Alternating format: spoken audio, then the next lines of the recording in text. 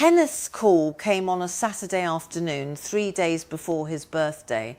I was in the kitchen preparing lasagna, the recipe my husband David always loved, the one with 3 types of cheese and homemade bechamel sauce. I'd just gotten out of the shower after a 12-hour shift at Northwestern Memorial Hospital, where I'd worked as an ER nurse for 17 years. My phone buzzed on the counter. Kenneth's name lit up the screen, and my heart did that stupid little jump it always did when he called. He'd been at university for 2 years now, and our conversations had become increasingly rare. I wiped my hands on my apron and answered with a smile in my voice. "Hey, sweetie, I was just thinking about you. I'm making your favourite lasagna for your party. Should I make 2? I know how your friends eat." Mum, his voice was flat, distant. About the party, something in his tone made my stomach clench. I set down the wooden spoon I'd been holding. "What about it?" There was a pause. I could hear voices in the background, laughter, music. He was with friends. Look, I need to be honest with you. My friends, they're all bringing their parents who are like cool, young. They do shots, they dance, they're fun. And you're... He stopped. "I'm what?" My voice came out smaller than I intended. "You're 43, Mum. You wear cardigans and listen to Celine Dion. My friend Brandon's mum is 38 and she just got back from Coachella. I just think maybe it's better if you don't come. My friends don't want people your age at the party." The words hit me like a physical blow. I looked down at my hands, at the small gold wedding band I still wore 14 years after David died, at the flour dusting my fingers, at the kitchen that still had Kenneth's elementary school artwork magnetised to the refrigerator. "Kenneth, I've been planning this for weeks. I bought you presents. I took the day off work." "I know, and that's great, Mum, really, but this party isn't for you. It's for me and my friends. You can celebrate with me some other time, okay? I gotta go. Love you." He hung up before I could respond. I stood there in my small kitchen in our Lincoln Park apartment, the same apartment David and I had scrimped and saved to afford, the place where we'd brought Kenneth home from the hospital, where we'd celebrated every birthday, every Christmas, every milestone. The lasagna bubbled in the oven, the presents sat wrapped on my dresser in the next room, the new blouse I'd bought from Nordstrom Rack, the one that cost $75 I couldn't really afford, hung on my closet door. I didn't cry, that surprised me. Instead, something cold and crystalline formed in my chest like ice spreading across a windshield. I was 43 years old. My husband had died when I was 29, leaving me with a 7-year-old son and a mortgage I could barely manage. I'd worked double shifts, picked up extra hours on holidays, skipped meals to make sure Kenneth had everything he needed.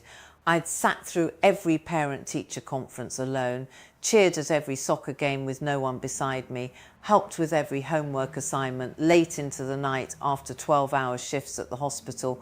I'd paid for his SAT prep courses, his college application fees, his dorm furniture, his textbooks, his meal plan, his fraternity dues, $2,100 every month for tuition, not counting the extras.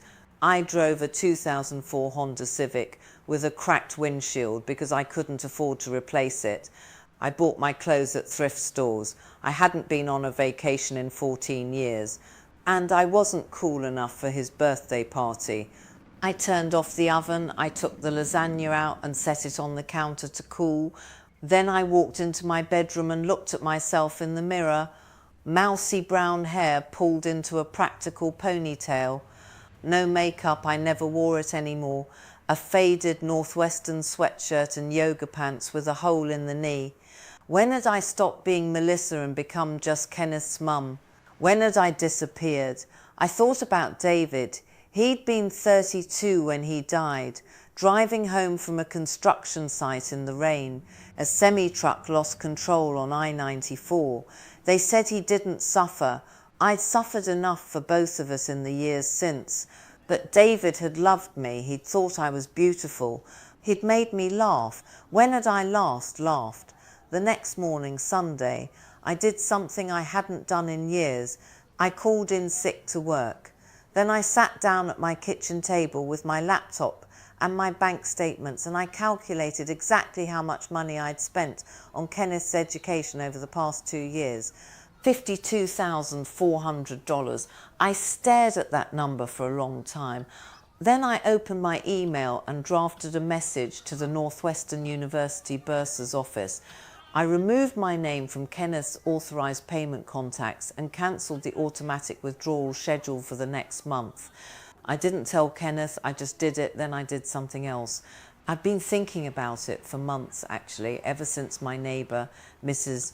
Patricia Coleman, an 82-year-old widow who lived 2 doors down, had fallen in her bathroom and couldn't get up. I'd heard her calling for help when I was getting my mail. I'd helped her up, cleaned her wounds, stayed with her for 3 hours until her son could drive in from Naperville. She'd held my hand and cried, saying she felt like such a burden, that she hated being old and helpless. "You're not helpless," I told her, "you just need help. There's a difference." She'd looked at me with such gratitude, such relief. "I wish there was someone like you who could check on me every day, just for an hour, help me with groceries, with cooking.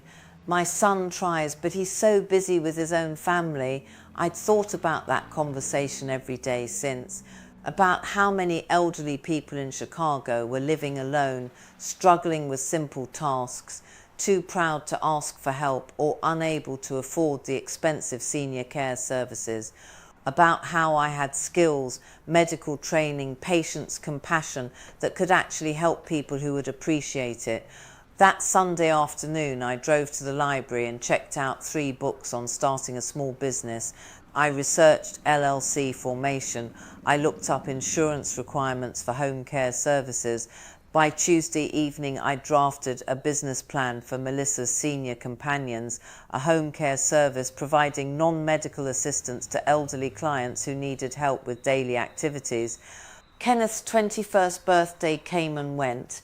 He posted photos on Instagram, him and his friends at some rooftop bar in River North, bottles of expensive vodka on the table, everyone laughing. His friend Brandon's mum was in several photos wearing a tight dress and doing shots with the college kids. She looked young, fun, alive.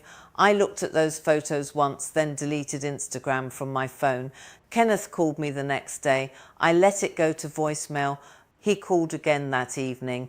Voicemail, he sent a text. "Mum, why aren't you answering?" "For you, are you mad about the party?" I didn't respond. 3 weeks later, I got my LLC paperwork approved. I designed simple flyers and posted them at the library, the grocery store, the community centre, experienced ER nurse offering compassionate home care for seniors, meal prep, light housekeeping, grocery shopping, companionship, medication reminders, reasonable rates, call Melissa. My first client was Mrs. Patricia. She cried when I told her I was starting a business and she'd be my first official client. "I can't afford much," she said, wringing her hands. "I'm not charging you much," I replied. $200 a week for 5 2-hour visits. That's $20 an hour. I'll help you with groceries, cooking, cleaning, whatever you need." She hugged me so hard I could feel her fragile bones against mine. "You're an angel," she whispered. I wasn't an angel. I was just a woman who'd spent 21 years being taken for granted by the person she loved most, and I was tired. So tired. Kenneth called me 17 times over the next month. I answered exactly once, on a Tuesday evening when I was driving home from Mrs. Patricia's apartment. I just helped her make beef stew, and we'd sat together watching Jeopardy, and she'd told me stories about her late husband and how much she missed having someone to talk to. "Mum," Kenneth's voice was frantic, "why haven't you been answering? I've been worried sick." "Have you?" I asked calmly. "Of course. What's going on? Are you okay?" "I'm fine, Kenneth." "Then why aren't you calling me back? Did something happen?" I took a breath. The Chicago skyline glittered ahead of me as I drove south on Lakeshore Drive. "I've been busy with work," I said, which was true. "Okay, but look, I need to talk to you about something. The university sent me a notice saying my tuition payment was declined. There must be some mistake with the bank or something. Can you call them? There it was. He'd finally noticed. There's no mistake, I said quietly. Silence. Then what do you mean? I mean I cancelled the payment, Kenneth. I'm not paying your tuition anymore. What? Mum, you can't be serious. This is because of the birthday thing. Come on, that's so petty. Petty. The word tasted bitter in my mouth. You think this is about pettiness? I mean, yeah. I'm sorry I hurt your feelings, okay? But you're literally sabotaging my education because I didn't invite you to one party. I pulled over into a parking lot. My hands were shaking. Kenneth, for the past 2 years, you've treated me like I'm an embarrassment. You don't call unless you need money. You don't visit. You roll your eyes when I ask about your life. You hide me from your friends like I'm something shameful. And then you tell me I'm not cool enough, not young enough, not good enough to attend your birthday party. Mum, I'm done, Kenneth. I'm done paying for you to learn how to disrespect me. I'm done sacrificing everything while you act like I'm a burden.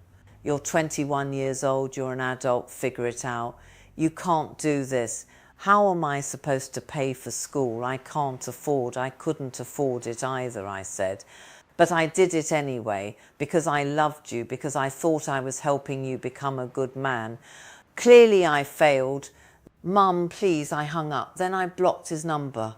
By the time Christmas rolled around, I had 6 regular clients. Mrs. Patricia, Mr. George Henderson, 79, a widower who lived alone in Wicker Park and needed help with meals and medication reminders. Mrs. Dorothy Yang, 85, who'd immigrated from China in the 1960s and whose children lived in California. Mr. Frank Morrison, 73, recovering from a stroke. Mrs. Angela Torres, 80, who just needed someone to talk to help her feel less invisible. And Mr. Robert Price, 87, a Korean War veteran with no living family.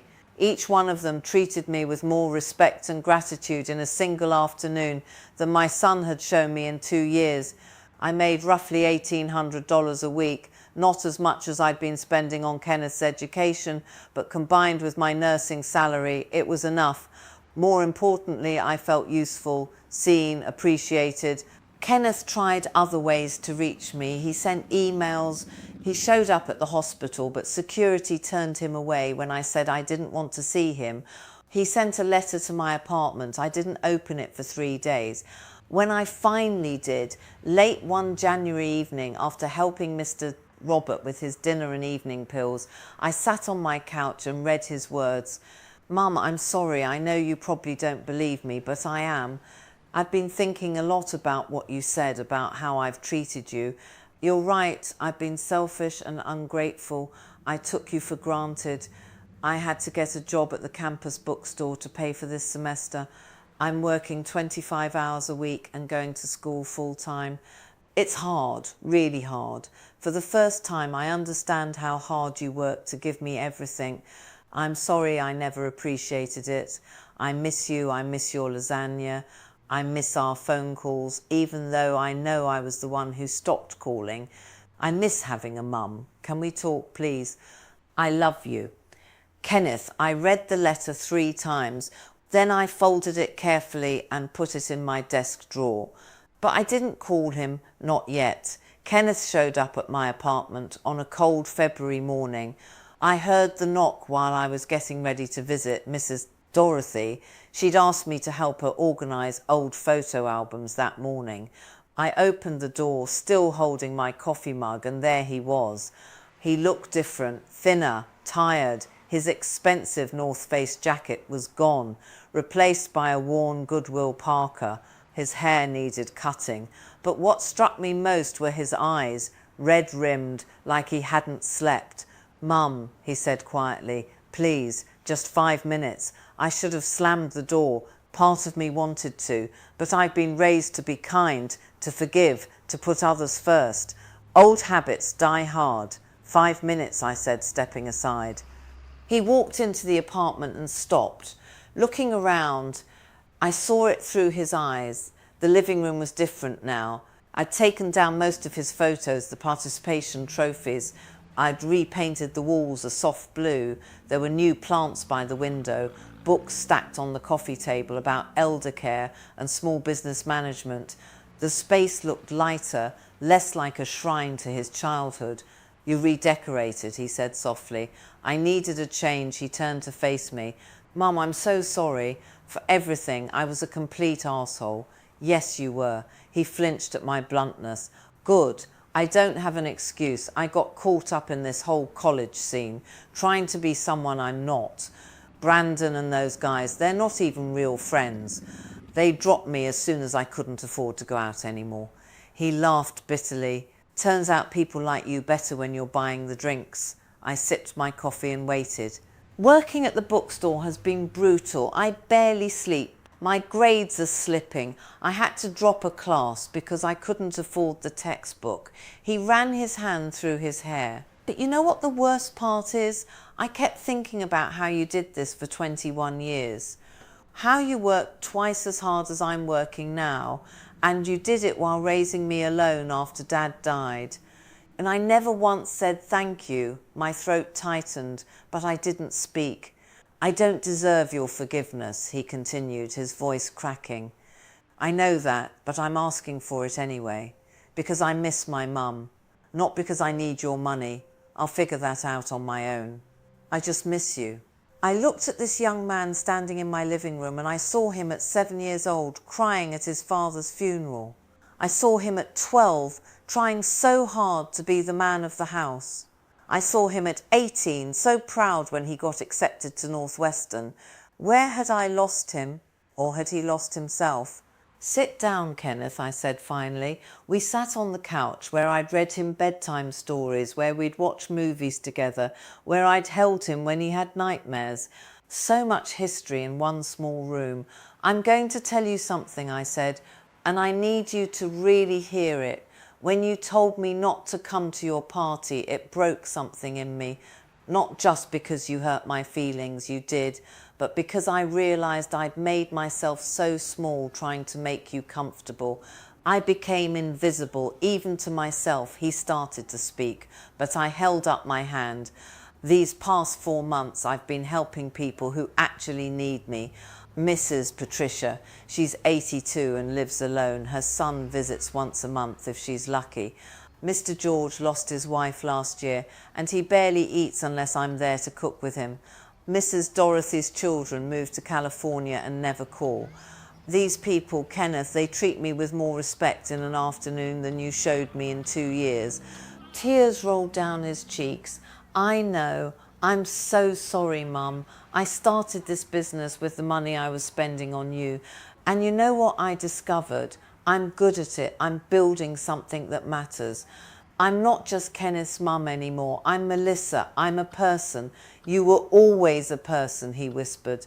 Was I? Because I forgot. I spent so long being your mother that I forgot how to be myself. I set down my mug and looked at him directly. I love you, Kenneth. I always will. You're my son. But I won't go back to being invisible. I won't go back to sacrificing everything while you take me for granted. If you want me in your life, it has to be different. It will be. I promise I'll do better. Words are easy. I need to see it. He nodded, wiping his eyes. What can I do? I thought about that. For starters, you can help me with my clients. Every Saturday morning, Mr. Robert needs his groceries shopped and put away. He's a Korean War veteran, 87 years old, and he has great stories. You could help him. No pay, just volunteering. Show me you understand what service actually means. Kenneth looked surprised, but he nodded. Okay, yeah, I can do that. And you call me once a week. Sunday evenings, we talk for at least 30 minutes about real things, your life, your struggles, your thoughts. Not just when you need something. I can do that too. And Kenneth, I waited until he met my eyes. You introduced me to your friends, not as my mum, like I'm some embarrassing obligation, as Melissa, a person you respect. Can you do that? He broke down then, really sobbing. God, Mum, yes, I'm so sorry. I'm so sorry. I pulled him into a hug, this boy who'd grown into a man I didn't recognise, who was maybe finally learning who he wanted to be. He cried into my shoulder like he used to when he was small and the world seemed too big and scary. "I've missed you," I whispered into his hair. "I've missed you too." We stayed like that for a long time. Kenneth kept his promises. Every Saturday morning for the next 6 months, he showed up at Mr. Robert's apartment in Pilsen and helped with groceries, yard work, whatever was needed. Mr. Robert loved him, called him the grandson I never had. They'd sit for hours while Robert told stories about the war, about his late wife, about a Chicago that didn't exist anymore. Kenneth learnt to listen. He called every Sunday evening. At first the conversations were awkward, stilted, but gradually we found our rhythm again. He told me about his classes, his struggles, his small victories. I told him about my growing business. I now had 12 regular clients and was thinking about hiring another caregiver to help. In May, he invited me to a barbecue with his friends, real friends this time, students who worked part-time jobs, who understood struggle. He introduced me as my mum, Melissa. She runs her own senior care business and she's basically the strongest person I know. I nearly cried right there. By the time Kenneth's 22nd birthday came round in June, everything had changed. He insisted on a small dinner, just the two of us, at a modest Italian restaurant in Little Italy. He paid with money from his bookstore job. We ate pasta and laughed about old memories, and he gave me a gift, a framed photo of us from when he was 8, both of us covered in flour, after attempting to bake David's birthday cake. "I found it when I was going through old boxes," he said. "I'd forgotten how happy we used to be. I want to get back to that. Different, but us." I looked at the photo, me with flour in my hair, laughing, so young. Kenneth grinning with missing front teeth, both of us messy and joyful, and together. "We can't go back," I said gently, "but we can go forward. Forward sounds good." That night, walking back to my car, Kenneth stopped me. "Mum, I need to tell you something. I'm not going back to Northwestern in the fall." My heart sank. "Kenneth," "Wait, let me finish. "I'm transferring to city colleges. It's cheaper and I can work full-time while I study. It'll take me longer to graduate, but I'll do it on my own. No more depending on you." And he took a breath. "I'm thinking about studying social work, maybe geriatric care, working with Mr. Robert, listening to all your clients' stories. I think I found what I'm supposed to do." I stared at my son, this man who'd humiliated me, who'd broken my heart, who was slowly, painfully learning what it meant to be human. "I'm proud of you," I said, and I meant it. "Yeah? Yeah." We hugged there on the sidewalk, cars passing by, the Chicago summer night warm around us.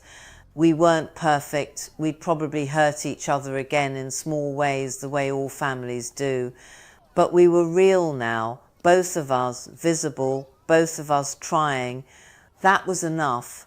6 months after Kenneth had told me I wasn't cool enough for his party, I stood in my apartment, no longer a shrine to the past but a home for my present, and I looked at my reflection, auburn hair with platinum highlights, a small phoenix tattoo on my wrist, laugh lines around my eyes from smiling with my clients. I looked like Melissa again, and Melissa was pretty damn cool.